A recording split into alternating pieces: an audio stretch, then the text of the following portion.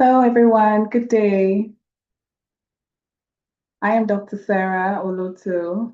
Um, it's good to see everyone dialing in for another Health Hour session with the Caribbean and African Health Network. So it would be nice to know where everyone is joining in from. I'm currently in Berkshire in the UK. The weather is nice and sunny for now. So I would encourage everyone to use the chat box as an engage interactive session. So please share your questions and thoughts in the chat box. We would also have a Q&A session at the end. Um, yeah, so let's dive into it. Today we're joining in. We're going to discuss a very important topic today, and Dr. Ayo, who is a transformational mindset coach and entrepreneur. He has a wealth of experience in stress management and burnout. He'll be discussing resilience and suicide prevention, breaking the silence. Like I said, it's a very important issue, especially in recent times, how suicide rates have increased. Lots of depression, loneliness, isolation. Um, Even given the recent COVID pandemic that um, also contributed to this issue. And obviously, there are different aspects to tackling it. There's the biopsychosocial aspects, which is biological basis, psychological and social components to which we can help deal with this issue. But Dr. Ayo would dive in depth and discuss and share knowledge on this topic. I can see everyone is putting in the chat box. Some people are calling in from Manchester, Salford, mostly. Um, yeah, welcome, welcome. So I'll hand over to Dr. Aya now so we can dive right into it. Thank you. Thank you very much, Dr. Sarah. Thank you for that warm welcome. And, welcome to everybody to the Can't Health Hour. It's me again. Sorry. We're going to talk to you about something that's really, really important. And, Dr. Sarah has mentioned that it's a big issue. It's a big issue. And it would be difficult for us to talk about every single thing that pertains to resilience and suicide prevention today. So we're going to do a quick overview from my point of view. We're not going to be able to be comprehensive and talk about every single thing, but I would encourage you to put your questions in the chat. And if we can't address it today, then we can try and address it at a later stage. And yes, let's get going. Let me share my screen. And if everybody can let me know if you can see my screen. Wonderful.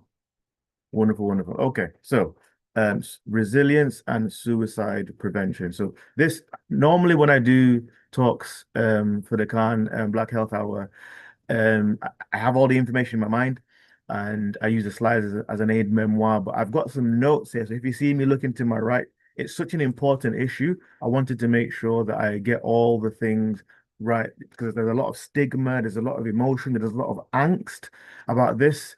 And I wanted to do it in a respectful manner and try and make sure that we have a proper discourse about it. I'm hoping to leave enough time for questions at the end, and I'm going to go through it as quickly as I can.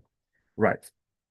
So, hang on. So, who am I? Just in case you didn't know, I am a number of things. So, I am a Christian, I am a husband, I'm a father, I'm a son, I'm an author, I am a coach, I'm a musician, I'm a public speaker, I'm a stroke survivor, and as a hobby, I'm an acute medicine consultant working in Merseyside. So, I've brought all of myself to this presentation because I think when it comes to talk conversations about mental health and all these things, all of ourselves are impacted by the conversation. And in case you didn't realize, I am Black. That's relevant. I always wanted to start these conversations with thank you. Thank you for those of you who are watching live and those of you who have taken the time to invest in yourself to find out more about this issue, grow. Thank you to Khan for creating a platform for these necessary conversation, and in particular this difficult conversation. So thank you everybody for listening. Thank you, Khan, for creating the platform. It's important. So because of what the subject matter, for some people it might be triggering, and I want to say that from the beginning. I'm going to do my best again to deal with everything in a compassionate, respectful manner. And I hope you understand that that's the vein that I'm coming from. So if I challenge or say anything, it's with the understanding that I am your brother, I'm your uncle, I'm your nephew. That's my heart. And if this is difficult for you, especially if you're listening to the recording, maybe you want to pause it, take a breath, and come back and listen to it later. Okay, so when I was a junior doctor, one of the things that I was told is, you need to check the obs, because observations are the things that help us figure out how well or unwell is a patient from an objective point of view. We use something in hospitals called the News 2 score, which is a objective measure of how unwell is this patient. Generally, people who are unwell have a high news score, and people who are well have a low news score. Why is it relevant? Because in our communities, we probably don't do that. We don't check on each other. We don't check the obs. We don't look into specifically the areas about health and in when it comes to mental health. We don't do that. So in this talk, in this conversation, I hope to raise awareness about the issue. I'm going to talk specifically about resilience, and I'm going to talk about suicide and suicide prevention. And again, I would encourage you, if you have any questions about anything that I have said or any comments, please put them in the chat, because this is supposed to be a two-way thing. And hopefully at the end of it, we will address everything that everybody says. If you're listening and you know somebody who would be interested in this conversation, send them the link, send them the YouTube link, or send them the Zoom link and say, log on now. We just started. So what does one of the things I also did when I went to medical school is we were encouraged to define terms, because especially in society we all throw certain terms around and we don't necessarily understand that if I say something, you might not be thinking about what I am saying. So I'm going to talk about some terms. When I use them, you know what I mean. What does the term mental health mean? So it's a person's condition with regard to their psychological, emotional well-being. We're used to the concept of physical health. And when we say physical health, we know that somebody can have good and bad physical health. So similarly, somebody can have good and bad mental health, because sometimes I hear people say mental health, and what they mean is mental illness or mental health issues, which is a different thing. We all have a mental health in the same way that we all have physical health. What does the term mental illness mean? So mental illness refers to a wide range of mental conditions or disorders that affect your mood, thinking, and behavior. So on the spectrum of normal, you have obviously happy over here and sad over here and lots in the middle. Mental illness is in the extremes, where it's not a normal gamut of human emotion. That's what mental illness is. Now, what does the term resilience mean? Now, resilience is the capacity to withstand or recover from difficulty. So the ability to bounce back. That's what I mean by resilience. What about the term suicide? Now, it seems obvious, but suicide is the intentional act of ending one's life. And suicidal ideation is thinking about, considering, or planning suicide. So now we have an understanding of what these terms mean. So if I use them later, we know we're talking about the same thing. I hope you're following me so far.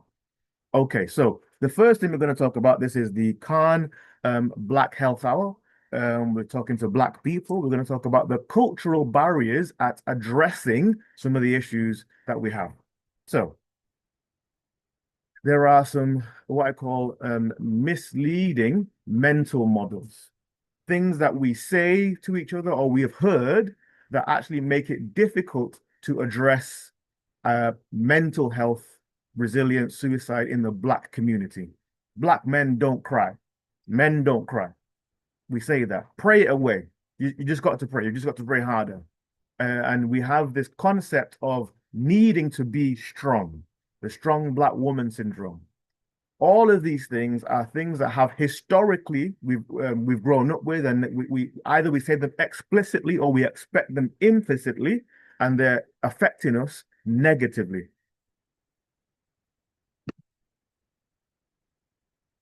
Sorry, language. Okay.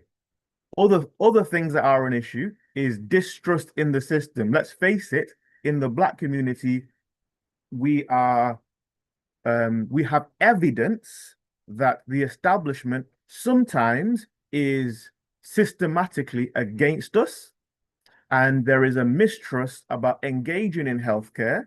And if you add on to that the stigma of the help I need is a um, mental health illness, a mental illness issue, it can be even harder to engage. There's there's a big issue with pride and shame. I think in the black community, we don't talk about health issues at all. Again, I remember my auntie saying, in the village, what you might want to do is not let your enemy know where your weaknesses are. So have we brought that into modern society when we don't have enemies in that sense, but we're not comfortable talking about health and specifically any mental health issues or traits of mental illness? Now, why are these things a problem? Because it leads to isolation. When we don't talk about it, you're by yourself, and you feel by yourself. The problem with that is that suicide, and we'll come to talk about that specifically later, is the leading cause of death for men under 50. When I read this, I was shocked and saddened. So not cancer, not heart disease, not diabetes. Suicide is the leading cause of death for men under 50. So these men who are taking their own lives are feeling alone. They don't realize that there's a community of people who love them and want to be there and help, because again, the misleading mantras, the misleading mental models are telling them, no, you're by yourself. Actually, no one else is dealing with this. It's just you. All of those things are lies and negative perceptions that lead to isolation, lead to men and people in the black community not seeking help.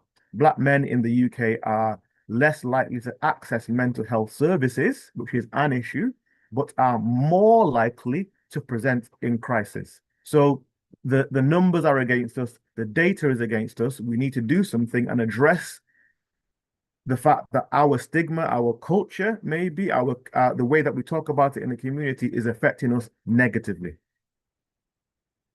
So let's talk. Why do we need to have this conversation? Because community is protective. I'm a Christian, and I believe that I am a spirit. I live in a body, and I have a soul. So from a mental point of view, that's one part of me. My body is one part of me, and my spirit is another part of me. Community is protective for all kinds of physical and mental health ills. So being around people is protective. I am fascinated by the idea of what I call God's original plan. So if you look at life before industrialization, we all lived physically close to each other. You had your uncle over there, your auntie over there. You might live in the same house with your grandmother, and all of these things were protective. And because of advances in society and industrialization, these things have been taken away. And I was watching this podcast the other day, and it was saying, if you think about it, now we're buying back the community. We would live in a house where someone would take care of our kids and would cook, and we would all share that. But now we're paying somebody to look after our kids, and paying somebody to clean our house, and paying somebody to cook our meals, maybe. And we had that when we all lived physically closer together. 1 Peter 5 says that the devil prowls around like a roaring lion, looking at who he can devour. Now, if you look at how lions hunt, what they do is they look for the isolated and weak animals because they never attack a pack.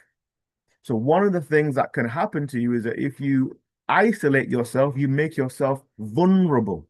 And we're here to talk about that. We don't want to do that. James 5:16 says that if we confess our sins to each other, we get we become whole. It doesn't talk about healing. Now, I get forgiveness by confessing my sins to God. But to me, I interpret this verse as saying that there is an aspect of health that God wants me to access by talking. That's what the encouragement is. Talking to people and unburdening myself. And if I don't do that, my mental health is going to suffer.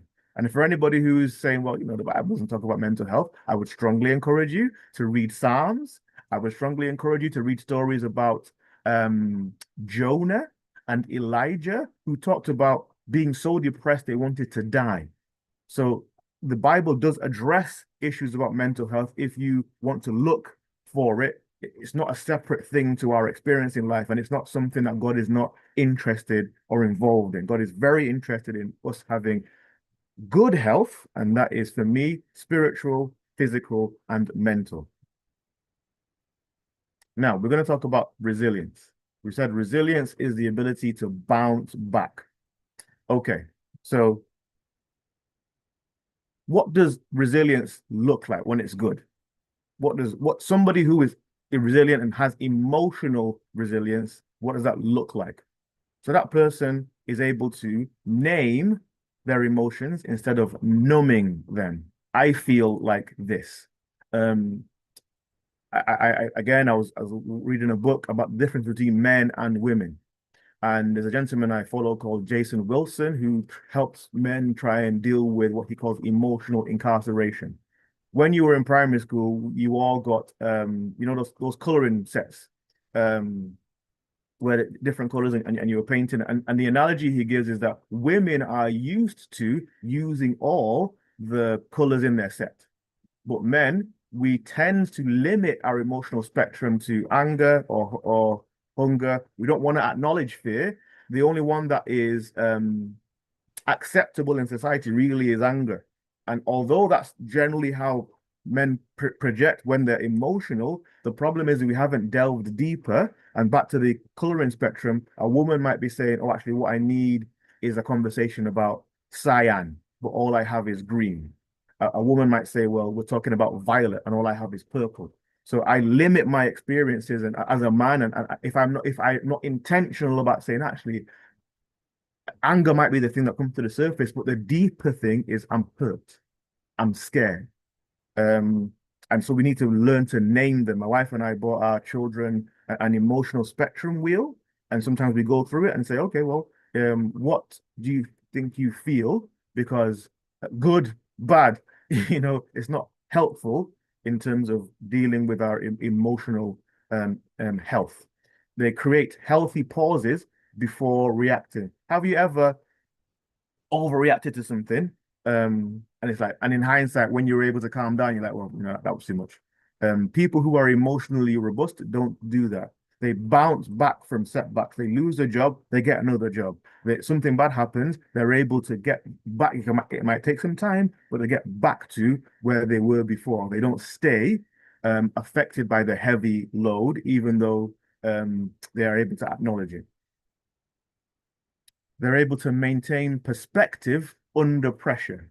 That's a really big and important thing. That people who are emotionally intelligent and emotionally resilient are able to do. They're able to lean into supporting networks. So they recognize I'm not feeling myself. And rather than go into a room and isolate myself, I know that I need my friends. I know that I need my family. I know that I need my wife. I'm going to have that conversation. I'm going to be open and honest and vulnerable. And they hold on to hope in hard times. That's what it looks like when somebody is emotionally resilient. Now, in a nutshell, resilience looks like small daily practices, things like naming your emotions, the ability to reframe what's happening. I know that this is the fact, and I used to think about the fact like this, but I've decided to now think about the fact like this. That's reframing, breathing, reaching out and hoping forward. And the discipline to compel yourself to do this every day is the thing that will eventually lead to a life of emotional resilience. So the paradox of the word resilience is that my experience is that sometimes when people say resilience, they don't really mean the ability to bounce back. What they mean is almost like a tensed, it's not going to affect me, it's not going to affect me, it's not going to affect me. And they're not allowing themselves to feel what's happening. Um, the problem with that is that, again, that tense. If I, for instance, I am concerned, I'm tensed against racial injustice, or I'm tensed against bias. If I become aware of it, I'm more likely to overreact because I'm tensed against it. And it can look like resilience from the outside of the person, but that kind of tensing, not letting yourself feel it, increases the risk of emotional overwhelm and burnout because you're not letting the feelings go through you. Um, Depending on your how you grew up in a family, there are some families who are verbal processes and talk about their emotions and difficult things, and there are some families who don't encourage that, so you never learn to do that. Some people think of difficult emotions as a cave that you go in and there's bats and snakes and you get trapped there and you never leave. So they never enter. Whereas the more helpful way to think about difficult emotions is that they are a tunnel that you have to walk through. There is light at the end of it, but I have to deal with it. I have to face it head on. I have to walk through and get through the other side. And again, if I'm tensed against it and I don't go into it, it might look like, oh, nothing affects me and I'm resilient, but actually all I'm doing is increasing the probability that I'll snap at one point and have a breakdown, have emotional overwhelm, or become burnt out. So what does it look like when we're not coping? Okay, let's have a look. Overreacting to small stresses, a minor traffic delay, somebody calling you that you don't want, somebody shouting around you, overreacting to that, avoiding difficult conversations so as not to address any sort of tension. I'm just going to avoid it. Constant blame shifting. It's my boss. It's my wife. It's my parents. It's never taking responsibility for how we may have contributed to the situation that we're in. I think this is a really important one. I'll spend some time on it. Numbing rather than naming emotions. Again, what does that look like? Are you doom scrolling? Are you watching pornography? Are you sexually promiscuous? Are you using drugs to excess? Smoking, alcohol, illicit drugs? Are you avoiding um, challenging situations? Are you what are you, rather than dealing with something, distracting yourself? I mean, technology is great, and I think that we have to regulate our use of it because it does do something to us. For instance, the way that a lot of people are using phones nowadays, I've heard it reported as, technology and phones are pacifiers for adults. When a child is crying and you want the child to soothe, you give the child a pacifier. And if you were to audit your use of the phone, are you doing it like, are you addicted? Are you using it first thing in the morning? Are you using it last thing at night? Are you doing stuff on the phone rather than live your life? All of that stuff is just numbing. It doesn't actually deal with the problem.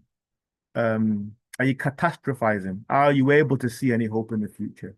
A small financial setback, and you're not able to get out of bed for a couple of days. All of those things are signs of not coping. When things get hard, what do you do? Do you seek help or do you isolate yourself? Do you go into a dark room? Do you cut off your phone? Do you stop your social media? What does it look like when you are struggling? Are you rigid or inflexible? When plans change, are you able to go with the punches, or do you panic? Do you get angry? Because all of those things, inflexibility, are evidence maybe you're not coping as well as you think you are. And I think we have to acknowledge that what COVID taught us is that probably none of us are as good at protecting our mental health as we thought we were, because isolation and us having to be by ourselves really caused so many things to unravel. And it's important for us to recognize that. Um, so again, in short, emotional fragility often reveals itself as an overreaction, avoidance, blame, withdrawal, or unhealthy coping mechanisms.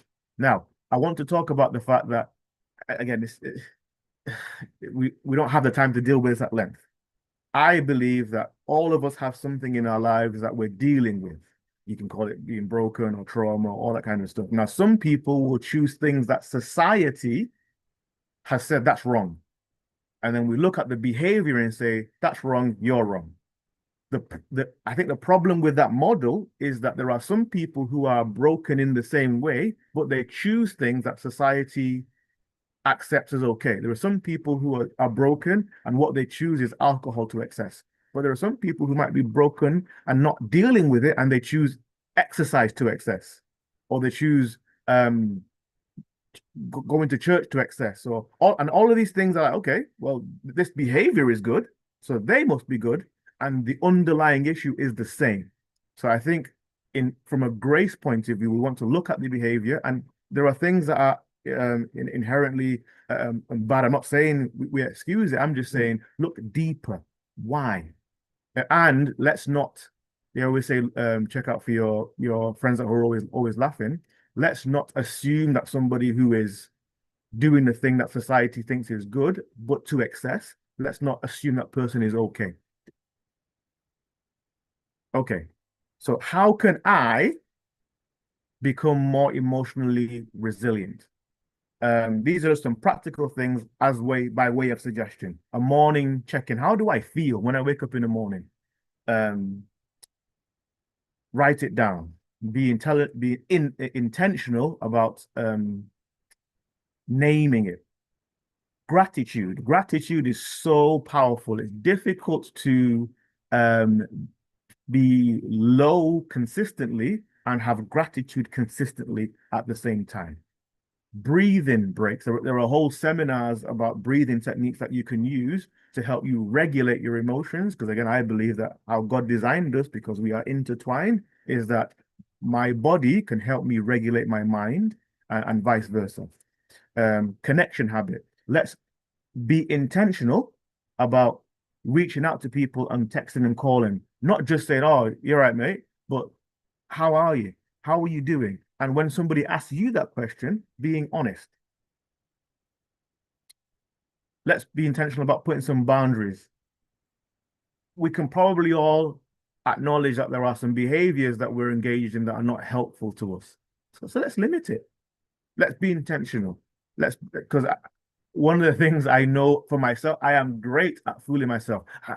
It's just 10 minutes. It's just half an hour or on Instagram or whatever. And then 2 hours later. So I need to be better in my own life at taking care of myself and saying, no, Ayo, this is not good for you.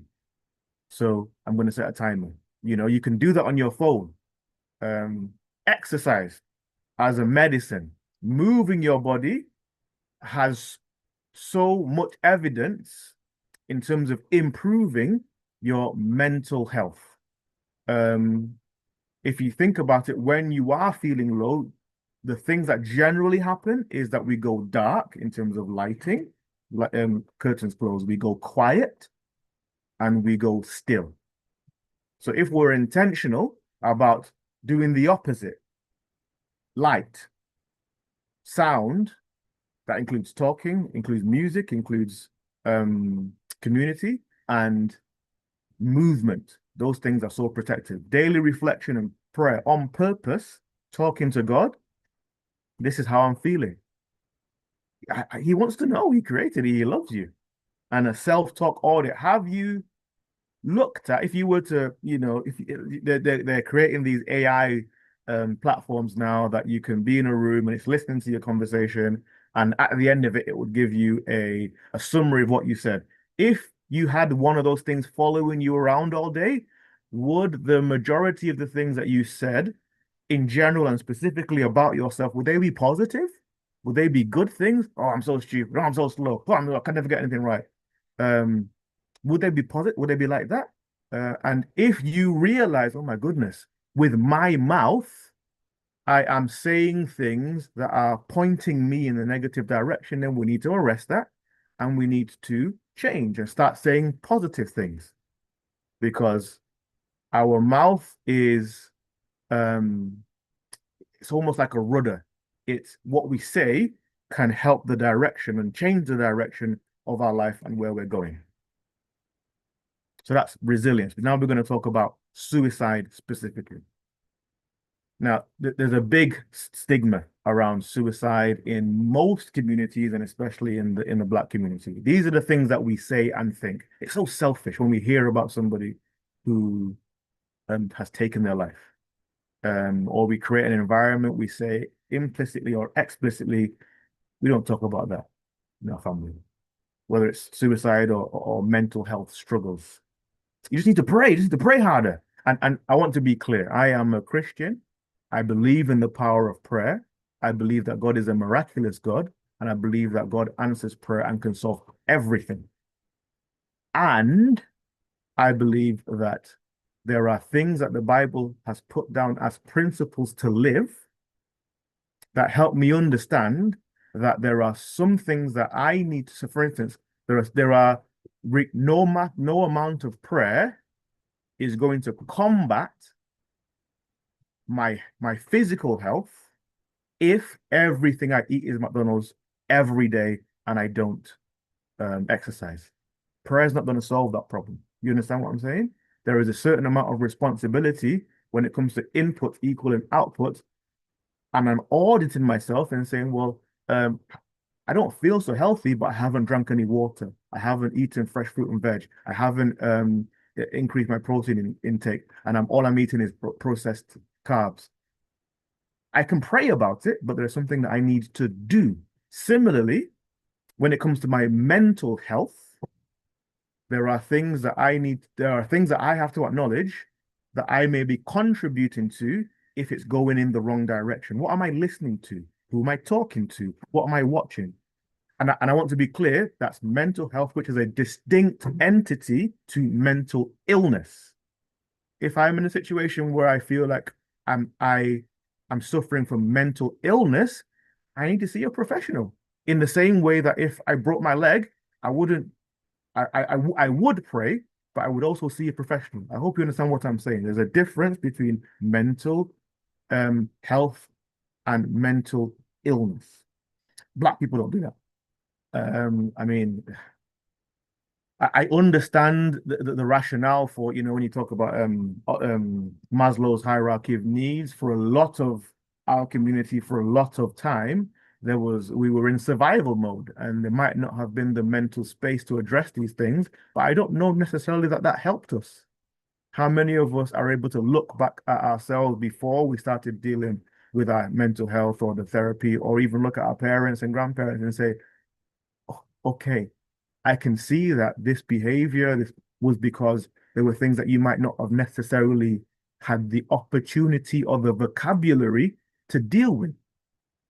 But just because that's the culture that I've grown up in or been around, that doesn't mean that I have to continue to participate or engage in that." So I've people I've had a conversation with, excuse me, a few people who have struggled with suicidal ideation. And it's something I've had to grapple with because it's not something I have struggled with. And in my life, I've been aware of people who have kind of brought it to my attention. And I have to be honest, I haven't always responded in hindsight in the best way. I'm regretful about that.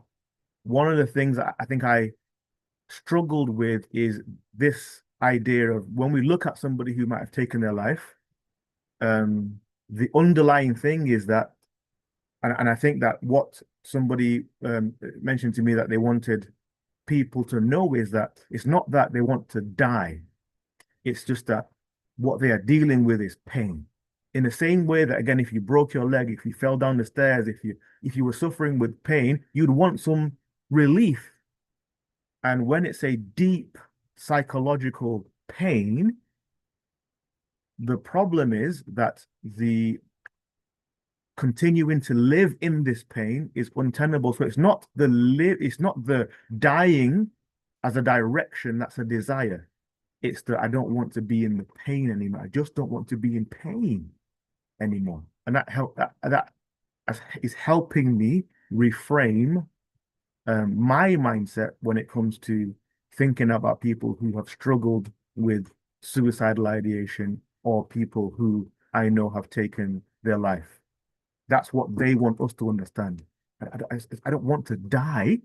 I just don't want to be in pain. Now, if you're on this call live or you're listening to this and this is you, there are some things that I want to say to you. This is something that, as a community, we want you to understand you are not alone. I know it feels like that, but you're not alone.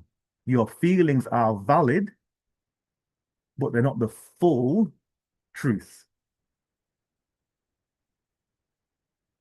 This moment, whatever you're dealing with, is not going to define your future. It doesn't have to define your future. My wife and I have a saying, tomorrow is always going to come. Sometimes it can feel really dark, but tomorrow is always going to come. Even if there's potentially something negative going to happen tomorrow, then the next day will come. This moment doesn't have to define you. Reaching out is actually a sign of courage. It's not a sign of weakness. And those of us who are around you and love you, we would love it if you would speak to us. God hasn't abandoned you. So don't allow that lie to circle around your head. God hasn't abandoned you. Do you know how much you mean to us? Your presence matters more than you know. You know what it would do to us if you weren't here? So to anybody who's listening, who is struggling with this, I hope you've understood and heard, whether you know me personally or whether this is a representation of what your wife is saying or what your husband is saying or what your children are saying or what your parents are saying or your family. You mean so much to us. Your presence matters more than you know. And rather than, because everybody struggles with this, when you see a problem and it's massive when you're at the foot of a mountain, rather than look at, well, how am I going to solve this whole problem? Let's focus on the next step. What is the next appropriate thing to do? And let's keep going. That's how people solve problems. That's how people get over things. That's how people get from A to B. You don't have to have all the answers right now. But what would be the first thing to do? Let's focus on them. Let's bring our focus down. So, as a community, we're listening to this. We're on the Khan Black Health Hour. Maybe it's not something that you've ever struggled with. Okay, but maybe you know somebody who has, or you want to equip yourself in case you meet somebody. What can we do? Let's normalize conversations about mental health. Why not? We talk about almost everything else at length. Let's normalize the conversation. Let's check in and not just catch up. You know, in the context of marriage, my wife and I have been married for 16 years now. And one of the things that we talk to people who have been married for less long is that even though you're living together, you can say a lot of things and not never actually talk. So it's possible to be around people all the time and not really say anything of substance. So rather than just talk and how were you watching TV, let's really talk. And yes, you might want to be discerning about who you do that with, but trust me, there'll be somebody in your circle who would love the opportunity to talk to you about how you feel. Let's challenge the stigma publicly. Next time somebody's, oh, that's so selfish, let's deal with it. I was listening to a preacher years ago, and he used this analogy. When somebody dies of cancer or dies of um, diabetes complications or heart attacks, we don't blame them. We say the cancer killed them. And a way to think about this is somebody who is struggling with a mental health. They are, sorry, no, somebody struggling with a mental illness. They are ill. So isn't it the mental health that killed them?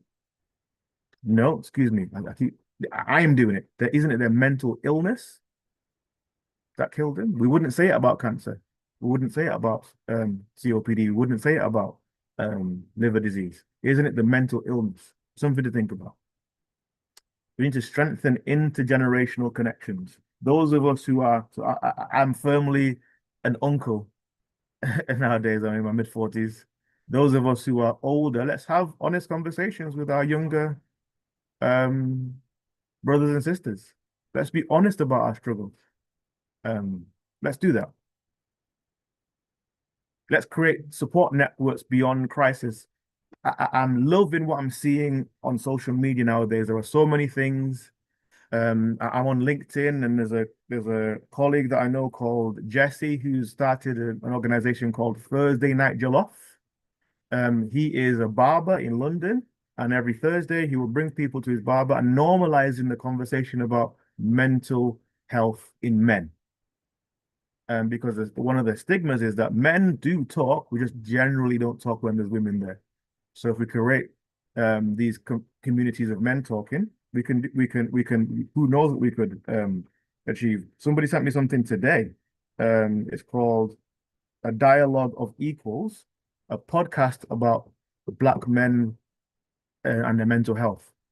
I like the momentum that we are developing. You know, my church has started a men's ministry. After this, I'm going to the men's meeting. We'll play table tennis for a bit and we'll have a conversation.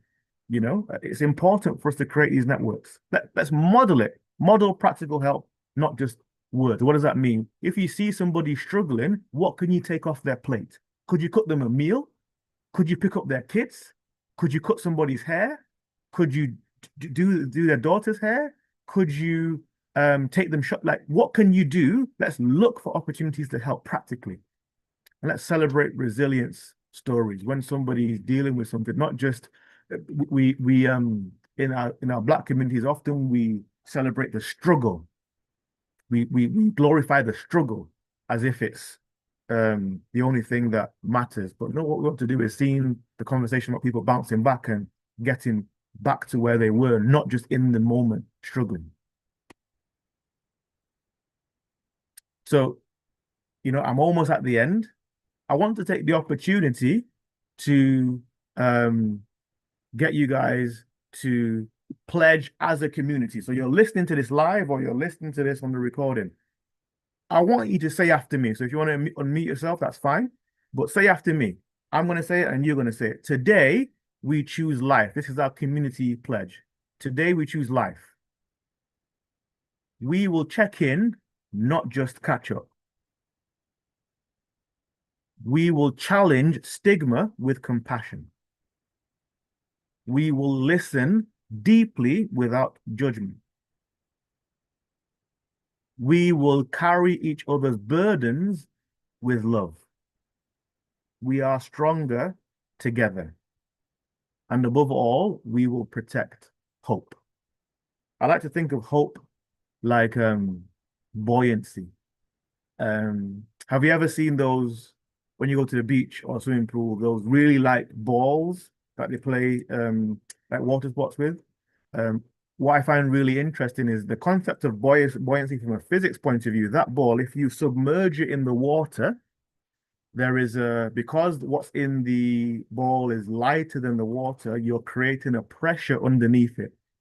And the level to which you submerge it increases the pressure. So when you release it, it shoots up and bounces in and shoots in the air. That's how I like to think about hope. Hope is that thing that regardless of how deep or how much pressure we're under, gives us the ability to say, no, this is not me, this is not my life, this is not how things are going to end.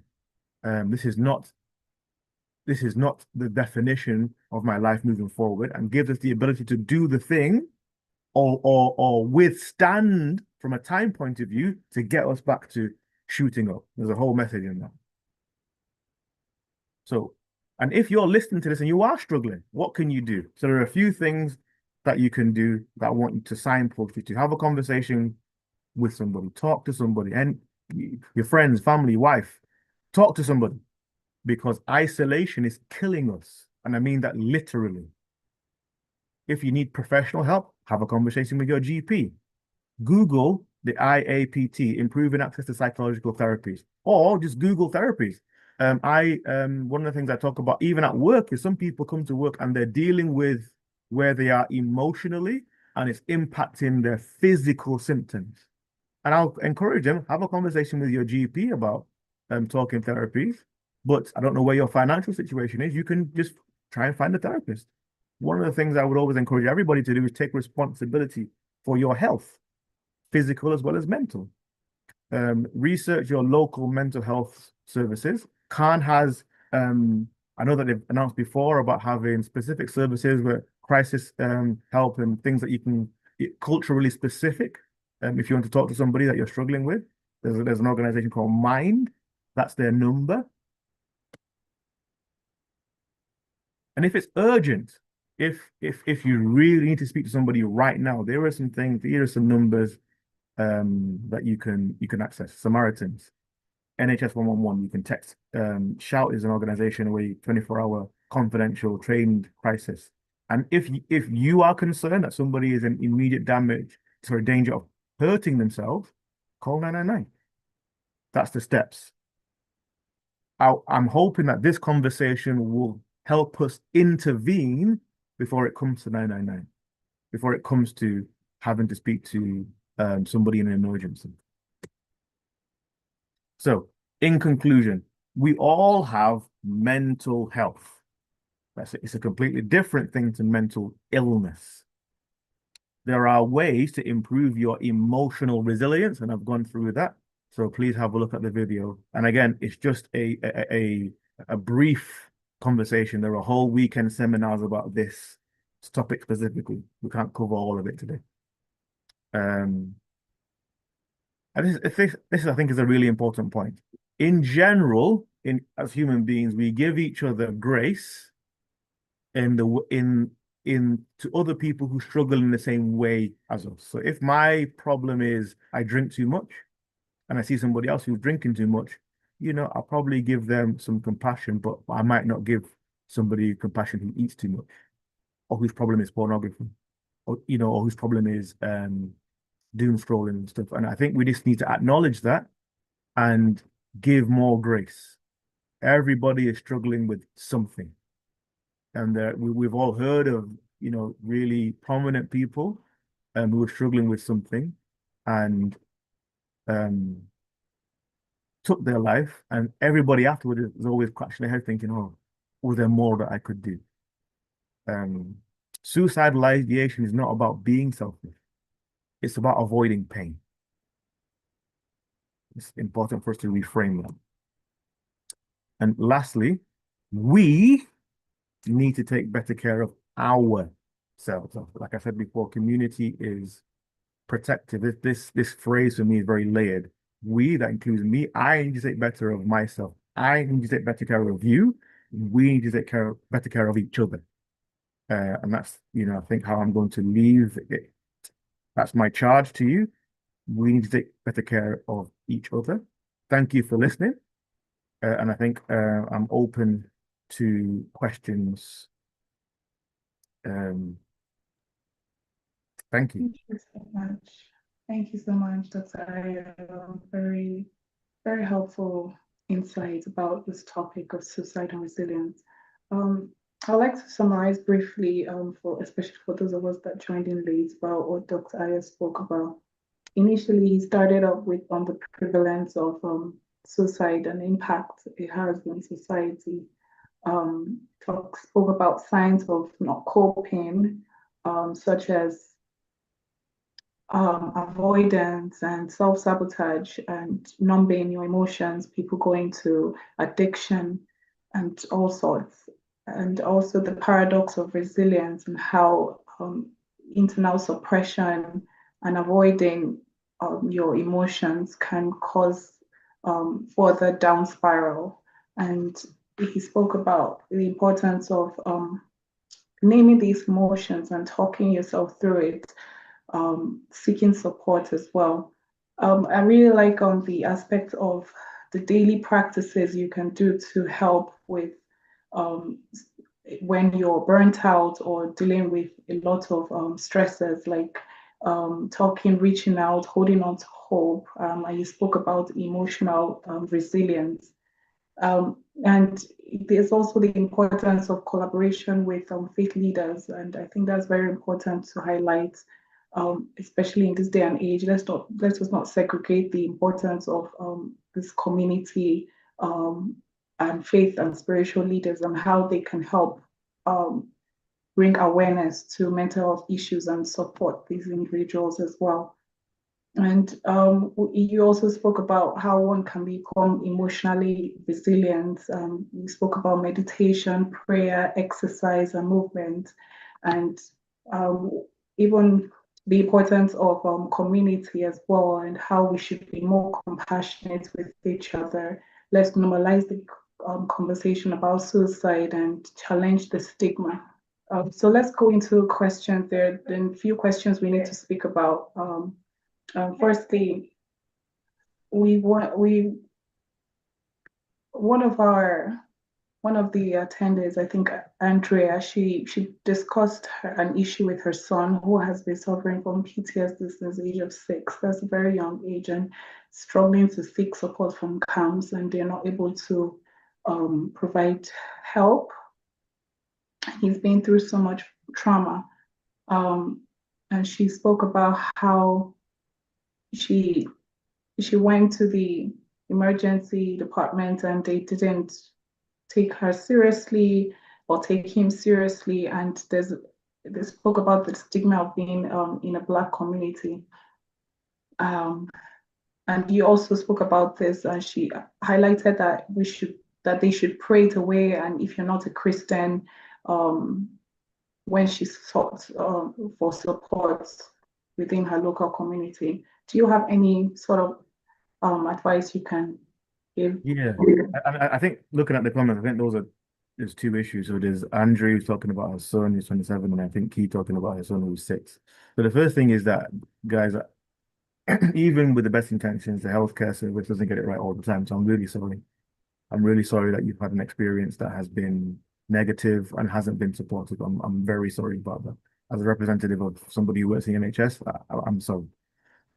Specifically about I mean, you're right in that there's lots of data to suggest that from a um, healthcare outcomes point of view, Black pain, Black's issues, there's a lack of compassion when Black people articulate problems.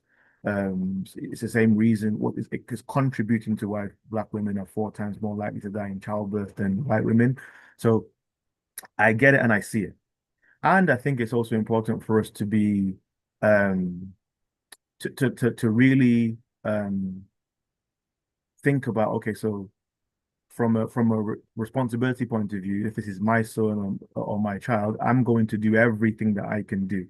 So yes, I might go to somewhere and they might not necessarily appreciate it, but I think that I might go back, or I might have another conversation with a GP, or I might then speak to maybe Khan about finding advocates for Black mental health specifically, because if I'm speaking to somebody who might not necessarily see me as needing the support because of my background or where I'm coming from, I still need the support. So I'm going to have to find a way of pushing past that. And getting an ally. So maybe, like I said, a GP. Other things are, I mean, other things are there other services that I can access myself? Like I said, talking therapy, you don't have to wait for a GP to do that. Are there reputable places that I can check online to say, well, what is the health? Because I'm also of the opinion that a lot of the way that we look at mental health from a modern medicine point of view isn't necessarily helpful. We used to think about our mental health struggles are things that we went through, and with the aim of getting back, and a lot of things change in terms of the paradigm. So sometimes we're owning um, these struggles are not necessarily been able to aim to get back to a what we call a euthymic, which is a normal level of emotional stability. So if it was my son, what I would do is I would keep knocking on doors, and I would keep going till I find somebody who's able to help me. Specifically about the PTSD, that sounds really challenging.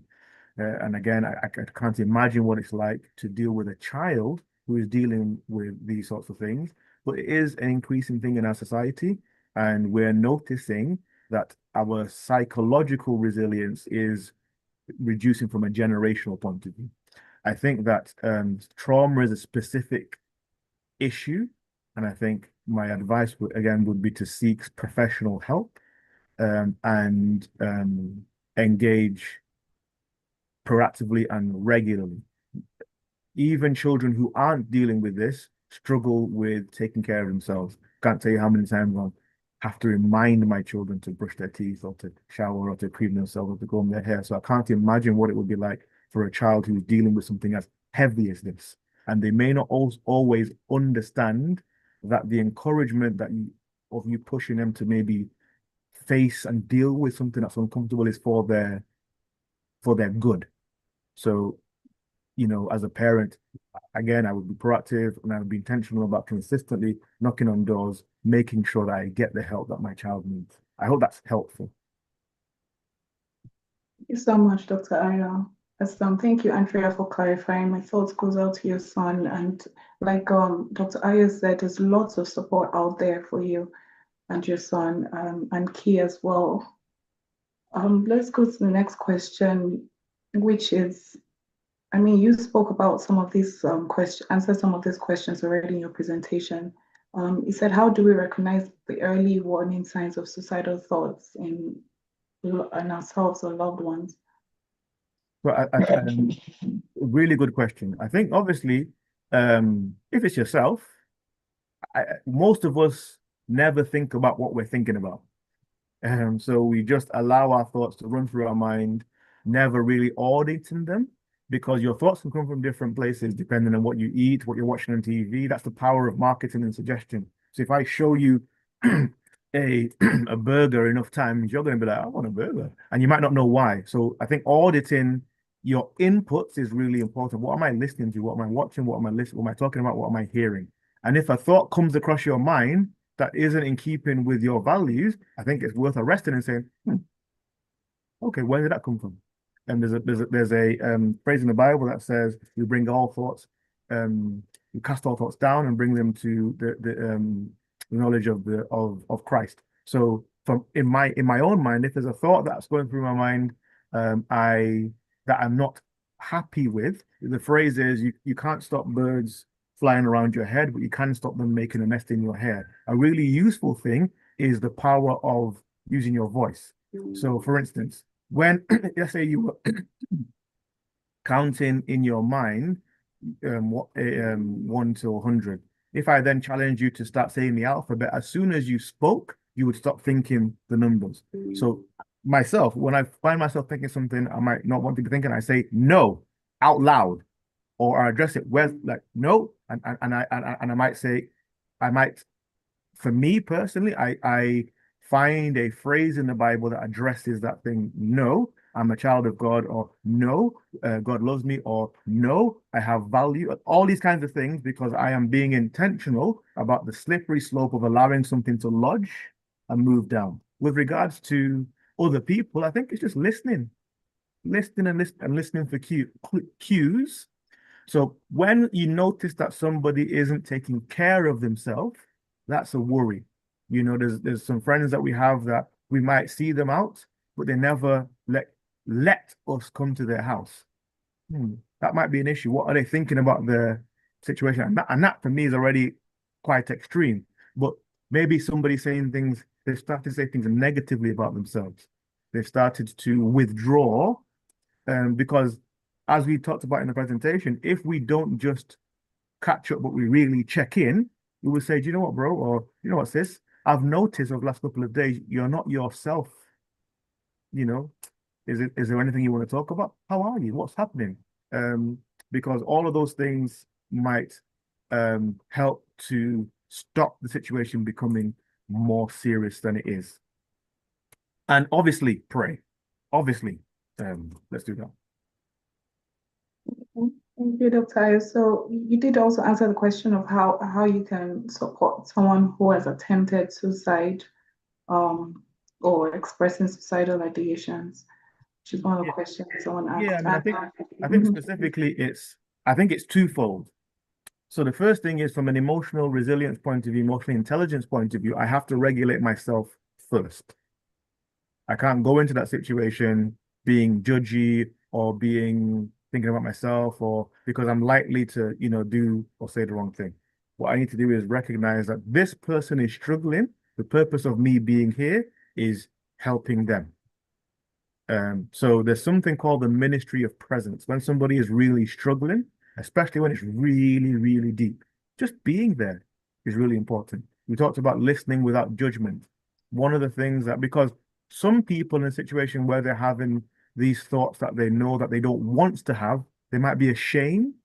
So what you don't want to do, especially with men, if they take the courage of opening up and being transparent, and they find something that's not a compassionate reaction, then we'll climb up again, and we don't want to do that. So how can we listen the emotion? How can we listen from a compassionate place? How can we just be there? If something is really deep, actually, you don't need to say very much. The deeper it is, the less words you use. Um, and making sure that when I'm in that situation, I have regulated myself first so that I can be of use to them. Very, very key. Thank you so much. Um, I also want to talk about this question about how you can support a child going through mental illness or suicide, and especially as he had expressed her son's challenges. I know Zana put in a different support groups, especially in the UK. I think that's very helpful. We should look at it, a number of them. But then, yeah, this issue of children's mental health, it's important. And I really want to highlight the importance of community. I think us as an adult would play an important role in the child's development. Dr. Ayo, do you have anything else to add? No, I agree with you 100%. I think that community is really protective, and I think that we neglect it at to our own detriment. We talked about intergenerational connections, whether it be church or community groups or parties and stuff. Actually looking around, interacting, looking to see, okay, is this person okay? Rather than just, okay, I'm here to have fun.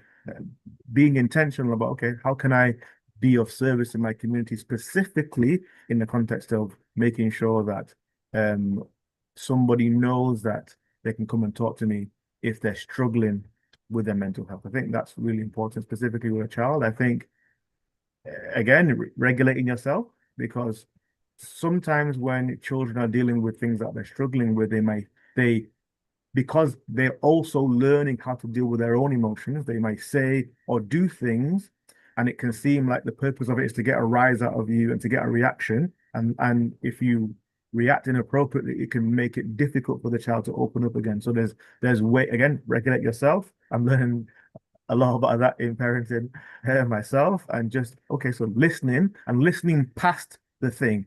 There was something that I was listening to before, and one of the child psychologists was talking about not specifically trauma, but she was saying a normal teenager who says to you, "Just get out of my room."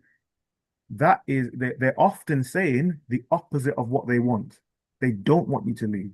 So as a parent, what I have to do is again regulate myself and realize what they're actually saying. They're in pain. What they need is more of me rather than for me to leave. So specifically in that situation, the response might be, "I love you. I love you. I'm not going to leave. I'm right here." Or if it's potentially going to escalate, okay, I'm right outside the door. I'm not leaving. I'm going to stay here. Because again, unfortunately, because children are learning to deal with these heavy, difficult emotions, they may say or do something that's the opposite of what they mean. Yeah, absolutely. Um, so another question is, why do many Black people feel dismissed and not taken seriously when they go see GP or hospital about mental health? And me being a psychiatric doctor, I can only imagine how difficult it is for people of different races and culture to be dismissed. And we're emphasizing on equality and diversity, especially in the NHS now. So, and there are different services that are available, Yeah. tailored to people's needs and differences and social cultural needs, especially. So, in terms of mental health, it's very difficult and tricky. Yeah. What do you think, Dr. Yeah, I Ayo? know, I agree 100%. I think the answer is twofold. Mhm. So there is an internal and an external thing. So Eleanor Roosevelt said, nobody can make you feel inferior without your consent. And one of the things that, because in the Black community, we're not necessarily adept at having these conversations about our own mental health, and maybe internally, it's something that I might not be at ease with, acknowledging the fact that I'm not at ease. So in that situation, if there's any opposition at all, I might be reticent and move back. And then, okay, well, because of the fact that I haven't either gone in with confidence or with the understanding of my own self-worth and the ability to advocate for myself. Because if I have that, there's a degree to which it doesn't really matter what the person on the other end is saying. I'm still able to respectfully and calmly advocate that there's something that I need and they haven't understood that. So, for instance, I remember years ago, not years ago, I needed a letter from my GP. I can't remember what for. And he was like, "Oh, we've got this problem, and it takes ages to this and that, and you've only got 10 minutes." Now, sometimes people say things, and this is not about GP, this is just about human beings. Sometimes people say things and they think what they're saying is reasonable. But again, I'm an advocate for myself, and I've just come in. So if what you're telling me is that what you need is 10 minutes, so I sat down and said, well, we've got 8 minutes. And I wasn't aggressive. And then we stopped, and I stopped talking because I have learned how to advocate for myself. So that's one thing. I need to be in a situation where I can calmly say, this is where I am. This is what I am feeling. This is what I feel that I need. And then we also have to acknowledge that we're dealing with humans, and we know that there are some systemic issues and some bias issues and stuff. And what I would do in a situation is, if I go into a interaction with healthcare and I feel dismissed, the first thing I have to ask myself is this feeling real or is it me? Because it might be me. Now, if it's not me, then I will address it and then say, I don't think you've understood what I'm saying. And again, I don't have to be rude. I don't have to be aggressive, but I will advocate for myself and say, I'm really sorry, but I don't feel like we've got to the bottom. I don't think we've got to an answer. And if we get to the end and I have to leave, I'll come back or I'll find another GP, or because most GP practices aren't single um deep doctors anymore. They're in lots of groups. So I might speak to somebody else. And if it's a hospital, I will calmly and respectfully escalate and ask to speak to more and more people so that I I can speak to somebody who I feel has understood what I'm saying. I hope that makes sense. I think it's internal and external. Yeah. Also, we have charities like the Caribbean and African Health Network that you Yeah. can reach out to. They're very supportive as well. Yeah. Yeah. And I mean, straightforward question about vitamin D deficiency linked to depression. I've heard, yeah, research has said that vitamin D Yeah, yeah, deficiency. I've heard that as well. Vitamin D, I've heard some people talk about it as a super vitamin. It can be at the root of a lot of ills, you Yeah. know. So yes, I would advocate increasing your vitamin D intake, especially as we are going into our darker months and we're not getting the sunshine. Okay, we're wrapping up now. We can wrap up with this final question about daily habits to protect our mental health and build resilience, which is something you presented as well to Yeah. remind everyone. Yeah, so I mean, I think the thing that I have learned talking to people is that most people value intensity over consistency, meaning that we would rather do something big periodically than doing something small every day. But in almost every area of life, the way to move forward is small, consistent steps rather than big, small steps. So how does that pertain to our mental health? Um, if I am not careful, and impress on myself the discipline to do some of these things, what may happen is when I'm well and everything's happy and it's fine, everything is good, but there might be an issue where um, things happen and I'm having to deal with it. And because I haven't developed the habit of taking care of myself, I start to slip. So we talked about a daily morning check-in with yourself. How do I feel?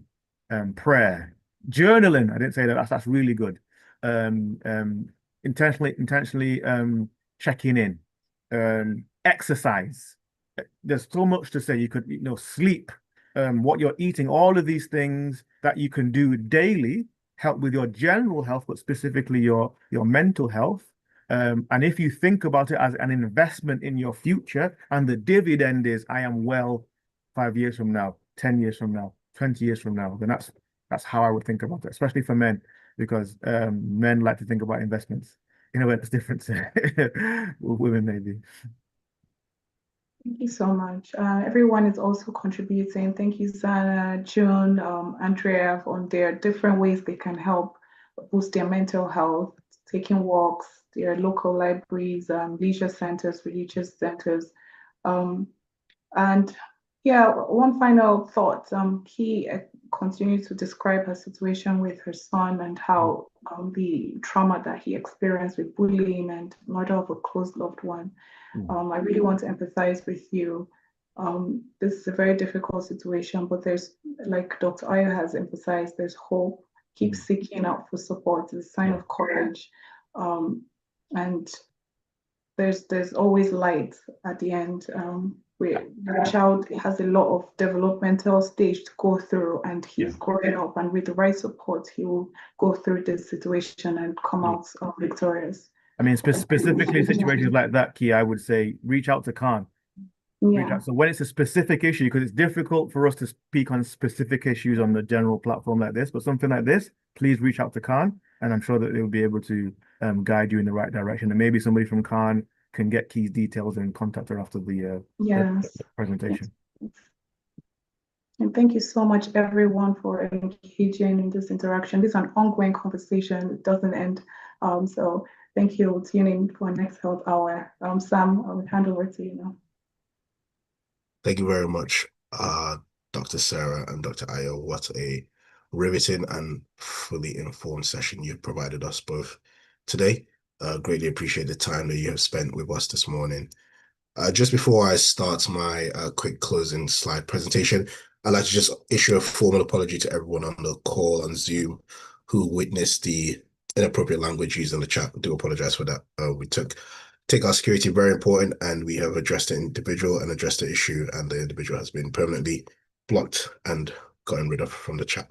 So again, apologies for that, people. So now I'm just going to quickly go through these slides. Just bear with me as I share my screen, tell you about the interesting and fun stuff going on here at Khan. So same time, same place next week, we'll be having Health Hour again. The session will be shared on socials. Please feel free to invite your friends and family. The topic will be released in a few days' time, so do look out for that, and I hope to see you all there. Learning again with one of our wonderful doctors and one of our wonderful hosts. And yeah, same time, same place next week, and I'll be there, and I'll see you there as well. Next slide.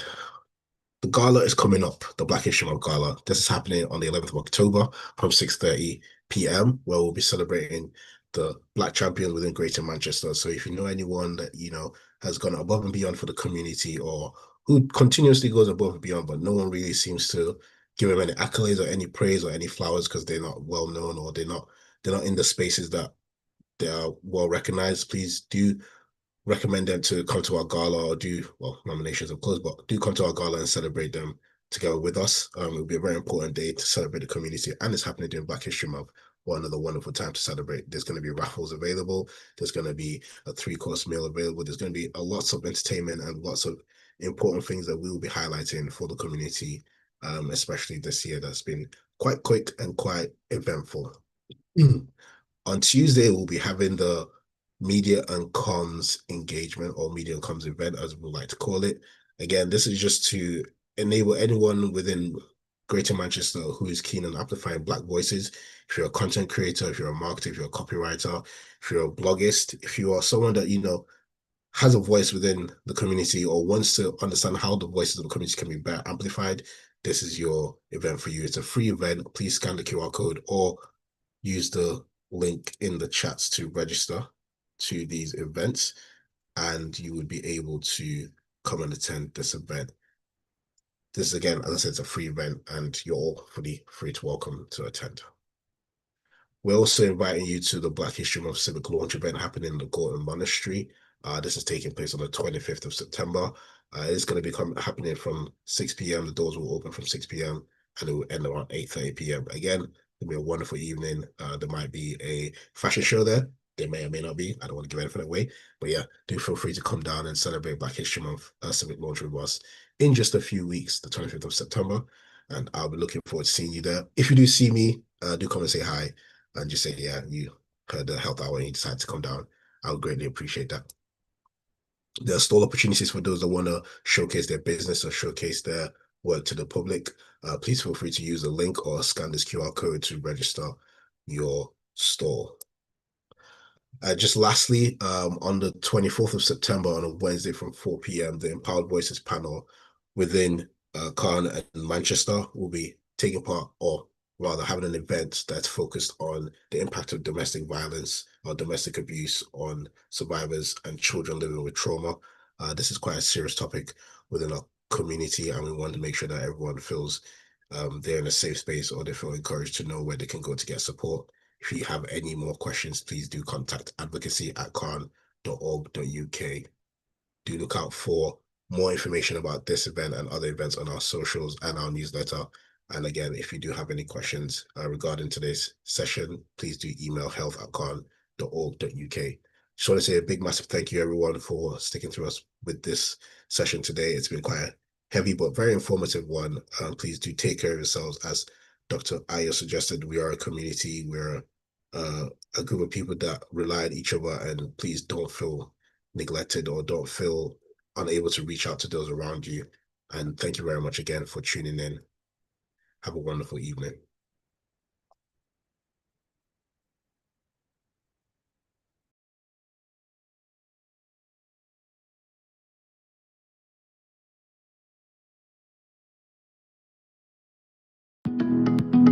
Welcome to our Caribbean and African Targeted Health Improvement Program, CATHIP Health Hour. The Caribbean and African Health Network, CARN, along with its national partners, are incredibly pleased to continue to bring to you targeted health and well-being education delivered by Caribbean and African doctors. These health hours are all about empowering, educating and giving space to Black people so our communities can look after themselves better. Every Saturday, our Black GPs or consultants present on those health and well-being topics that affect you, your family members and friends. Some weeks will vary and will include other panel members such as pharmacists, specialist nurses and faith leaders. Our health hours cover a range of topics and include mental health, heart health, women's health, reproductive and sexual health issues, men's health, respiratory problems, cancer, sickle cell and many more. We have not forgotten to include within our health hours the many societal, cultural, religious and racial challenges that can go hand in hand with health problems and influence how we should respond to meet health and well-being needs.